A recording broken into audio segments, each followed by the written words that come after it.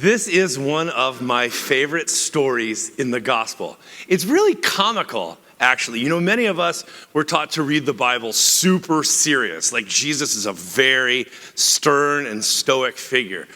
But in the way that he is portrayed sometimes, if you read it with a little levity, the story actually becomes quite animated. And there are many things going on in this story that sort of excite me. I really do like many elements of the way that John tells us this story. There's some very tangible things. As we have been reading through Gospels on our Wednesday night Bible study, one of the things we have noticed is that Jesus has no predictable pattern for how he interacts with people and heals people. If you tried to make a Jesus model for healing, you would have a very difficult time coming up with a formula. In fact, the closest thing that I seem to be able to find as far as any predictable pattern is that Jesus figured out what would mean something to them and met them where they are. So this guy's blind. So there's no sense in Jesus doing big demonstrative things like a magician, right? This isn't a magic trick. This is the heart of God for somebody in their circumstance. And so what Jesus does in a very tangible way is that he makes some impromptu mud pack and puts it on the man's eyes. Now, if you imagine yourself being somebody with limited sight or no sight, that physical touch, right, especially in the area of concern, it's a powerful message being sent by the hands of somebody who cares. Jesus didn't do this in the way he did some miracles.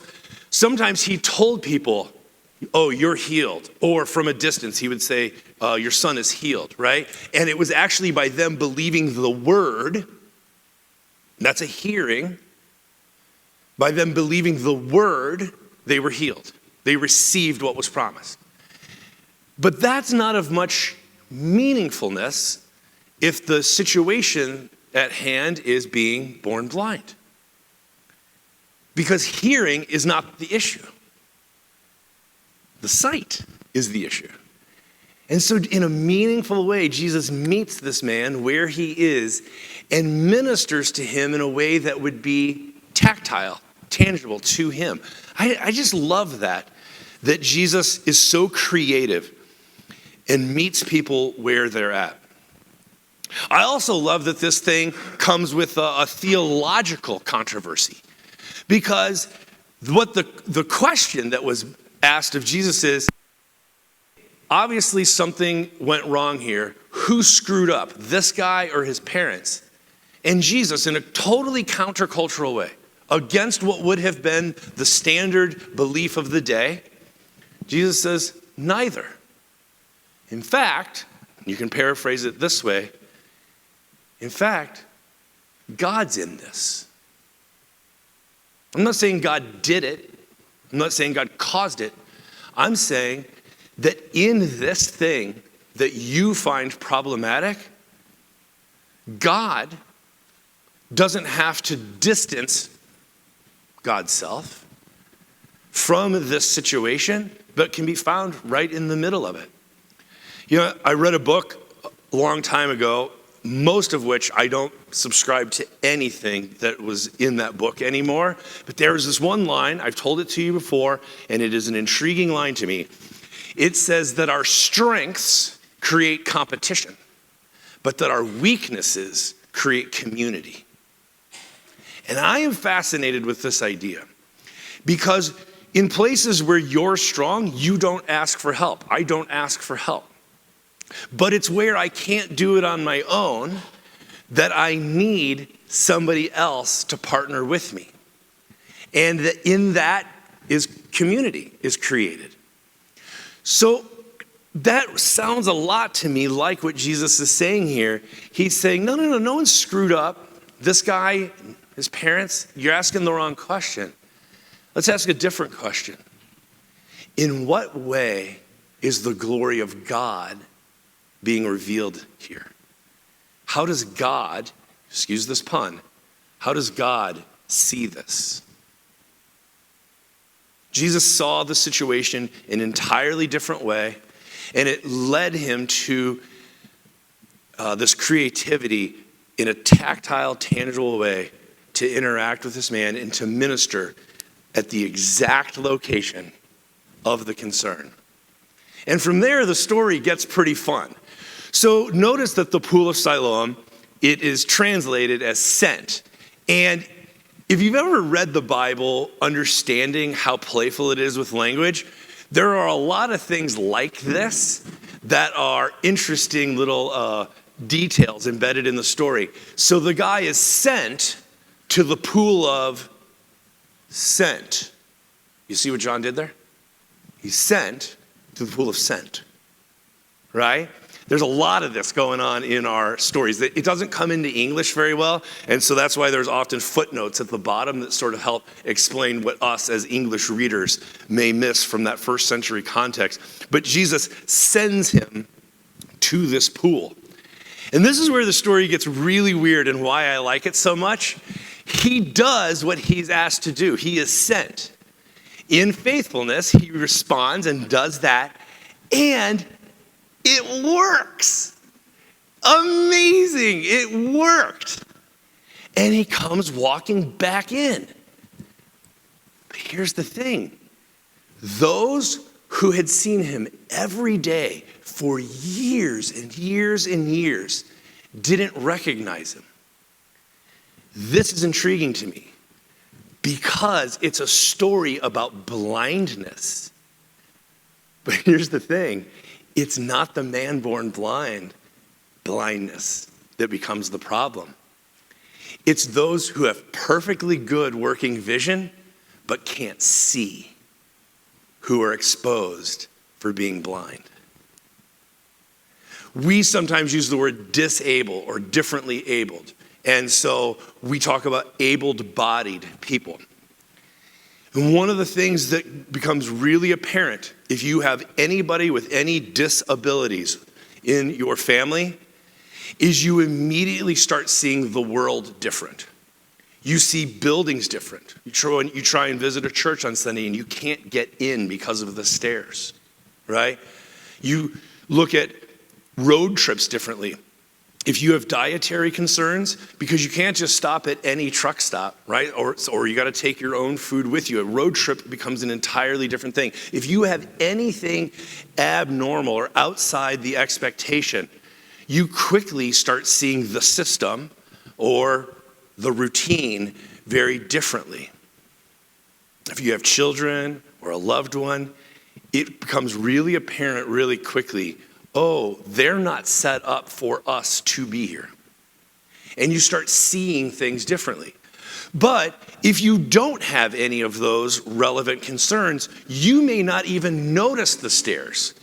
Your muscle memory kicks in. You don't even notice that you have to go upstairs to get into a building. It's fine. You do it without even considering it. You do it on autopilot, right? You don't even see. And there's a kind of blindness that can come into this. So they have this conversation and they go, hey, is that the guy who sits out and begs? And people go, I don't know, I don't think so. That guy's blind. It's not the same guy. So you might find it interesting that in Hebrew, so this story is written in Greek. In Hebrew, the word that we use for poor, it gets translated into English as poor. One of the other ways to translate it is invisible or unseen. And this haunts me because they walked past this guy every day, but didn't know what he looked like. That's a blindness. That's a spiritual blindness, a human blindness.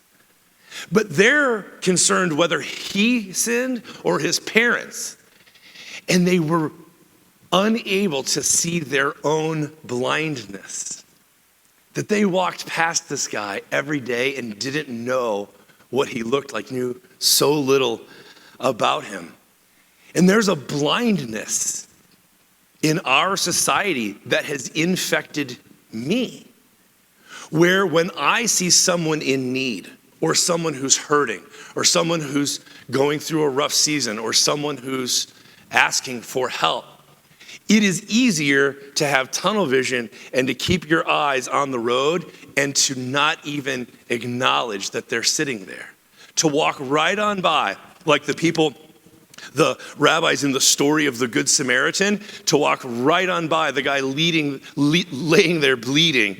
There is a willing blindness. It's easier for us as humans to ignore when someone is hurting or in need, right? And then we ask questions like these guys, the Pharisees asked questions. Well, is it a moral character flaw in their part? Or is it the system? Is it a choice they're making? And the answer that I think Jesus would give is neither. Let's ask how God sees this. Because it is so easy to turn a blind eye, as they say, to a situation in need and to think, you know what, I'm not the answer to that question. And there is a willing blindness. So the guy goes, he washes, he comes back in, he can see now. You know, the other thing I think that needs to be stated is, in their culture, if somebody had a physical issue like this, they would have been persona non grata. You wouldn't want to have touched them. You wouldn't physically touch them because that would make you unclean. So for Jesus to touch this guy and to touch the exact area that disqualified him from community, it wasn't his unhealth that rubbed off on Jesus. It was Jesus's sight of seeing this man as a child of God. It was Jesus' sight that rubbed off on the man. That's what transferred, not the illness to Jesus, but community and connection to the man who would have been previously ostracized and not able to participate in the religious community. It's a really powerful story, but my favorite part is that when he comes back in and they ask, in their blindness, they ask, who did this? What do you look like? And I can imagine the guy going, I'm not aware, I don't know if you're aware of the sequence of events of yesterday, but when I was interacting with the guy, I couldn't see. I don't know if you followed the story. When he put the mud on my eyes, at that moment right there, that's when I couldn't see. I don't know what he looked like.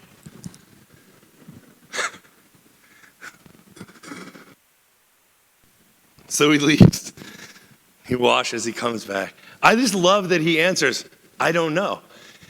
And then in their blindness, they're debating if this is the same man. Wait, that other guy, he couldn't see. This guy can see. They can't be the same person. And then this is where the famous line comes from. I'm the man. That's where it comes from. That's not true. But what is true is that the phrase, here's mud in your eye, does come from this story. Yeah. I'm the man, not from this story. I think it's from a rap song. But here's mud in your eye. And I just think this story is very interesting because it exposes something that in our modern day gets called, here's a big word for a cocktail party, it's called standpoint epistemology. Everyone say that with me, standpoint epistemology. Epistemology means how do you know something, okay? And in our world, by the way, I'm a huge fan of diversity, equity, and inclusion, huge fan. One of the reasons that I love diversity so much is because of this thing called standpoint epistemology that I think this story illustrates beautifully. And it basically says knowledge is situated. From where you stand, the world can look very different. One of the reasons I love having a conversational church, whether it's on Wednesday night or Sunday morning Sunday school or in the coffee hour after, one of the reasons I love it is that I get to hear different perspectives from people of different generations, genders, sexualities, work experience, education levels, financial security, all sorts of things. I get to hear different perspectives. And from where you stand, a situation might look very different than it does to me. Standpoint epistemology. I'll give you an example. I have a friend, and she is Native American, and she is one of the wisest people I know. Because of her early life and being in a marginalized community, she had to learn to navigate the system in a way that I never did as a cisgendered, large-bodied, white, straight man. Okay?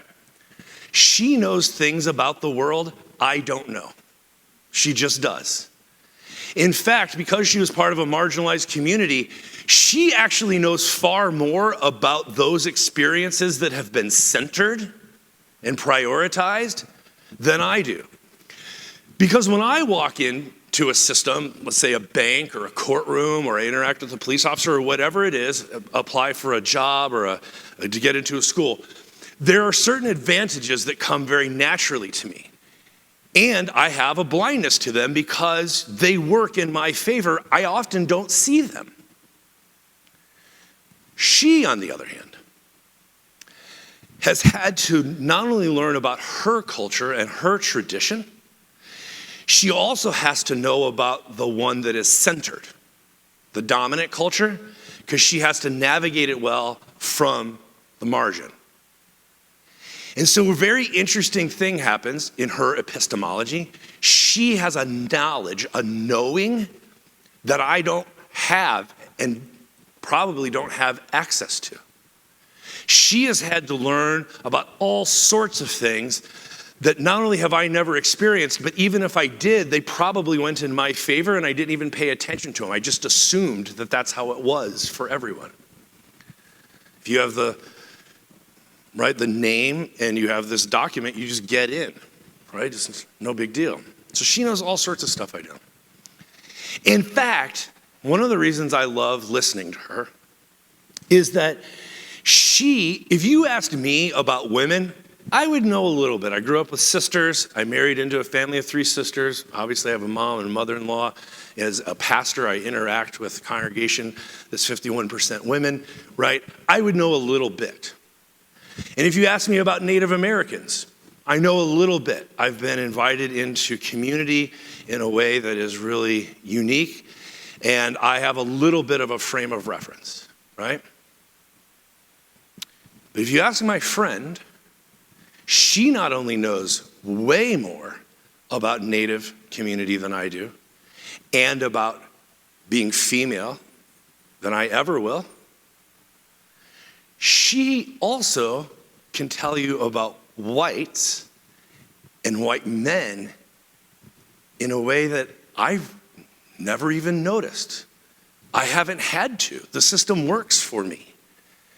So she has knowledge not only of her Native community and of her female community, but she also, because of standpoint epistemology, she also has had to learn about white men in order to get where she has gotten in life.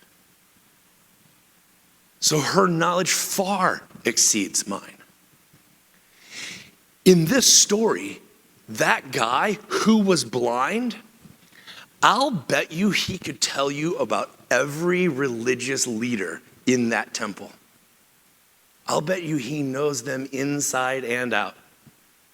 That as they came by every day, he knows which one is kind of heart and which one is in it for the wrong reason. He knows who's generous. He knows who's having conversations behind the scene, pulling political strings. I'll bet you he knows those religious leaders, and they didn't even recognize it was the same guy. Because from where he sat against that wall outside by the gate, he could see everything.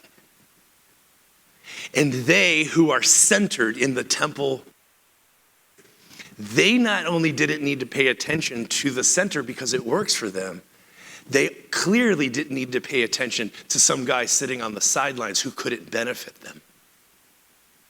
They didn't know it was the same guy.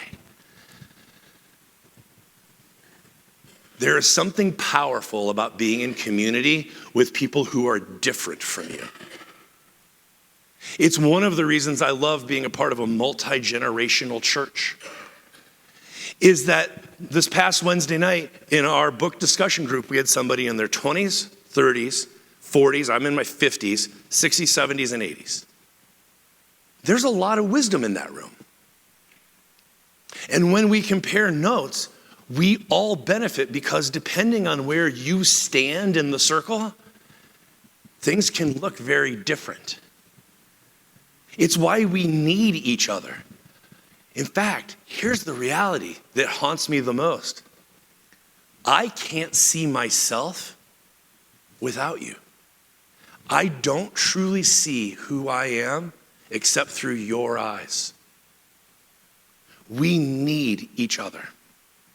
In a community that Robert Putnam talks about in Bowling Alone, and so many other sociologists and psychologists are concerned about with loneliness and isolation, we need each other. There is a sight